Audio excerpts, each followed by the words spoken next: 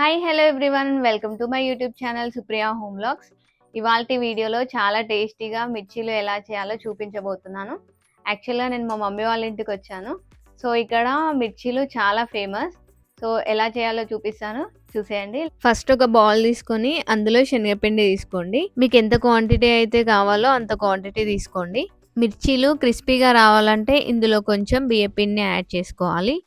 అలాగే half tea spoon జీలకర్ర and కొద్దిగా పసుపు, టేస్ట్కి సరిపడా కారం అండ్ టేస్ట్కి సరిపడా సాల్ట్ని యాడ్ చేసుకోండి. అలాగే 1 టీ స్పూన్ ఓమా అండ్ కొద్దిగా సోడా యాడ్ చేసుకోండి. ఇప్పుడు కొద్దిగా వాటర్ని యాడ్ చేసుకుంటూ మిక్స్ చేసుకుంటూ ఉండాలి.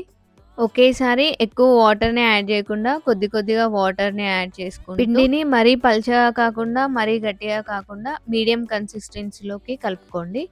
సో ఈ విధంగా కలుపుకొని పక్కన పెట్టుకోండి. అలాగే ఇప్పుడు మీకు కావాల్సినన్ని పచ్చిమిర్చి తీసుకొని వీటిని నైఫ్తో ఇలా మధ్యలోకి చీల్చుకొని మిర్చిలో ఉన్న సీడ్స్ అన్ని తీసేసేయాలి. అలాగే కొద్దిగా సాల్ట్ని తీసుకొని పైనుండి కింది వరకు మిర్చిలోకి స్ప్రెడ్ చేసుకోండి. ఇలాగే మిగతా వాటన్నిటికీ కూడా యాడ్ చేసుకోండి.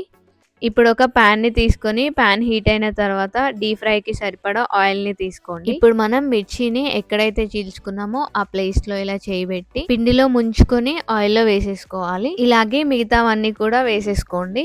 మిర్చీలని ఇలా వేసుకుంటే మిర్చి కూడా మంచిగా ఫ్రై అయ్యి క్రిస్పీగా ఉంటుంది. ఇప్పుడు వీటిని మీడియం ఫ్లేమ్లో పెట్టుకొని ఫ్రై చేసుకోవాలి. హై ఫ్లేమ్లో పెట్టి ఫ్రై చేసుకుంటే లోపలంతా పిండి ఉంటుంది, పైన ఫ్రై అవుతుంది కానీ లోపల అవ్వదు.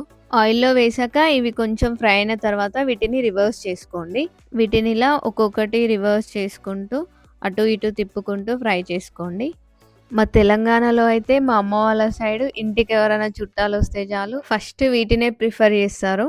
చలికాలంలో కానీ వర్షాకాలంలో కానీ సాయంత్రం టైంలో వీటిని వేడిగా చేసుకొని తింటే చాలా టేస్టీగా ఉంటాయి. ఈ మిర్చీల క్రెడిట్ అయితే మా అక్కదే. మా సైడ్ ఎవరైనా సరే మిర్చీలు చాలా టేస్టీగా ప్రిపేర్ చేస్తారు.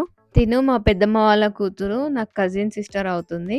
సో మిర్చీలు అనేవి ఇలా గోల్డెన్ బ్రౌన్ కలర్కి వచ్చిన తర్వాత ఒక ప్లేట్లోకి సర్వ్ చేసేసుకోండి. వావ్, యమ్మీ యమ్మీ మిర్చీలు అయితే రెడీ అయిపోయాయి. ఇప్పుడు ఆనియన్స్ని కట్ చేసుకొని నిమ్మకాయ వాటిపైన పిండుకొని మిర్చిలో స్టఫ్ చేసుకొని తింటే ఉంటుంది. ఆహా!